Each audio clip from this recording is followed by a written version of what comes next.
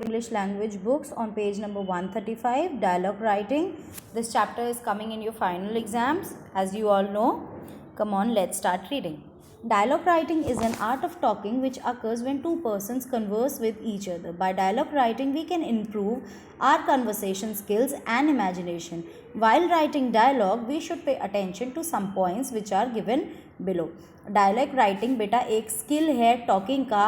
जब आप दो लोग टू पर्सन्स जब आपस में कन्वर्सेशन कर रहे होते हैं, ईच अदर कन्वर्सेशन कर रहे होते हैं, तो ये डायलॉग राइटिंग करी जाती है.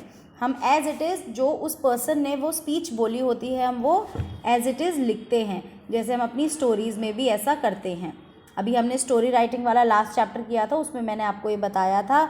एक ये पॉइंट भी होता है, ये कैरेक्टरिस्टिक भी होता है स्टोरी राइटिंग में, कि हम एज इट इज़ उसी स्पीच में हम लिख देते हैं जिस स्पीच में उस पर्सन ने वो बात कही होती है, वो स्टेटमेंट कही होती है. और हम अपनी डायलॉग राइटिंग कैसे इम्प्रूव कर सकते हैं, अपनी कन्वर्सेशन स्किल्स कैसे इम्प्रूव कर सकते हैं. By dialogue writing we can improve our conversation skills and imagination. हम अपनी इमेजिनेशन को ठीक कर सकते हैं और हम अपनी कन्वर्सेशन स्किल्स को भी ठीक कर सकते हैं. While dialogue writing we should pay attention to some points. अब इसमें भी कुछ पॉइंट्स होते हैं बेटा, कुछ चीज़ें हैं जो हमें ध्यान में रखनी चाहिए. आइए हम उन्हें रीड करते हैं. Our writing should be interesting and easy going. Easy writing होनी चाहिए, लैंग्वेज जो तरीका होता है वो ईजी होना चाहिए, ठीक है, और इंटरेस्टिंग होनी चाहिए. Views of the two persons should simple and understandable. जो दो लोग के व्यूज़ होते हैं जब हम लिखते हैं कि उस इंसान ने कैसे बोला है, वो डायलॉग कैसे बोले हैं, वो इंटरेस्टिंग होने चाहिए और मीनिंगफुल भी होने चाहिए, ईजी गोइंग होने चाहिए, और व्यूज़ जो हैं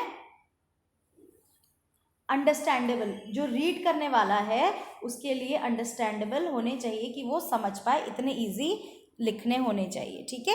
स्टैंडर्ड भी आपको साइड बाय साइड मेंटेन करना चाहिए. ऐसा नहीं है कि फर्स्ट क्लास, अगर आप 5th क्लास में हैं, 5th स्टैंडर्ड में हैं, तो आपको फर्स्ट क्लास के बच्चे की लैंग्वेज यूज़ करनी है. स्टैंडर्ड आप बनाए रखिए, वर्ड्स आप अच्छे यूज़ करिए, लेकिन अंडरस्टैंडेबल हो, ग्रामर अच्छी हो. Dialogue should be passed on based on a particular topic. कोई टॉपिक होना चाहिए, ऐसे ही कोई बात नहीं आपस में, हमें ऐसी कोई कन्वर्सेशन नहीं डायलॉग राइटिंग में लिखनी चाहिए जिसका कोई सेंस ना निकले, जिससे हमें कोई मॉरल ना मिले. तो ये चीज़ों का, इन कुछ चीज़ों का हमें ध्यान रखना चाहिए.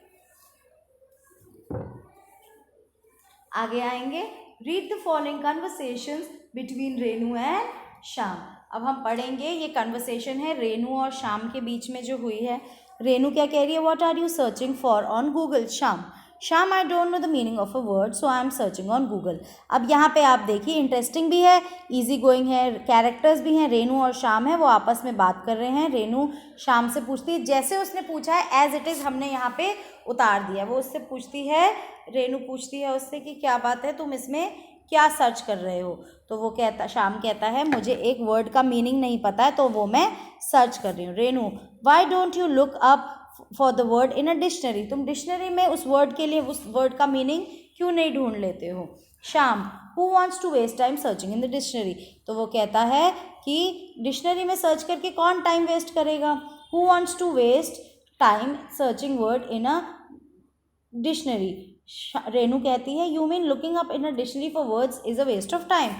About 30 to 40 years ago, people referred to a dictionary and were happy doing so. Renu कहती है कि तुम्हें ऐसा लगता है, मतलब कि अगर जो लोग हैं, जो पहले के लोग हैं, 30-40 साल से लोग डिक्शनरी में ही रेफ़र किए जाते थे और वो बहुत हैप्पी होते थे, खुश होते थे, और तुम कह रहे हो कि डिक्शनरी में वर्ड सर्च करना वेस्टेज ऑफ टाइम है. Shyam, Y should I think about the past. Shyam कहता है, मैं पास्ट के बारे में क्यों सोचूं, हम डिजिटल वर्ल्ड में रह रहे हैं, we are living in a digital world. I should go for computers और such things, why should I go for dictionary. Renu, can't you see the present generation is getting towards electronic gadgets. So अब हमें यहाँ पे plotting धीरे धीरे पता चल रही है कि रेनू और उसकी जो थिंकिंग है वो क्या कह रही है. रेनू जो है फिजिकल एक्टिविटी में ज़्यादा बिलीव करती है, और जो श्याम है वो डिजिटल वर्ल्ड में आज के टाइम में ज़्यादा में बिलीव करता है। तो ये आपस में इनकी थिंकिंग की एक तरीके से बात चल रही है। तो रेनू इस पर कहती है कि क्या तुम्हें नहीं लगता है कि आज की जनरेशन बहुत ज़्यादा एडिक्ट हो गई है गैजेट्स को लेकर? They have become very lazy and don't want to do any physical work. आ गई बात वहीं पे कि वो कोई फिजिकल वर्क नहीं करना चाहती और वो हर चीज़ बस गैजेट्स पर डिपेंड कर करना चाहती है। Do you know that a healthy mind lives in a healthy body. वो कहती है कि तुम्हें क्या इस बात का अंदाज़ा भी है कि जो एक हेल्दी माइंड है जो हेल्दी बॉडी में रहता है, जब हम कोई फिजिकल एक्टिविटी करेंगे, कुछ चीज़ें ऐसी करेंगे, उसमें हमारा ब्रेन यूज़ होगा और अच्छे से हमें और चीज़ें पता करेंगे। हम देखिए डिक्शनरी होगी, हम उठ के जाएंगे, बुक रख के आएंगे, लेके आएंगे, पेजेस पलटेंगे, सब चीज़ों का ना हेल्दी बॉडी हो रही है, एक्सरसाइज भी हो रही है एक तरीके से। और गैजेट में हमारी आइज़ और वीक हो रही हैं, ठीक है, क्योंकि उसमें एक्स्ट्रा रेज होती हैं जो हमारे गैजेट्स में होती हैं। Sham, oh really I must listen to you and try to be more active.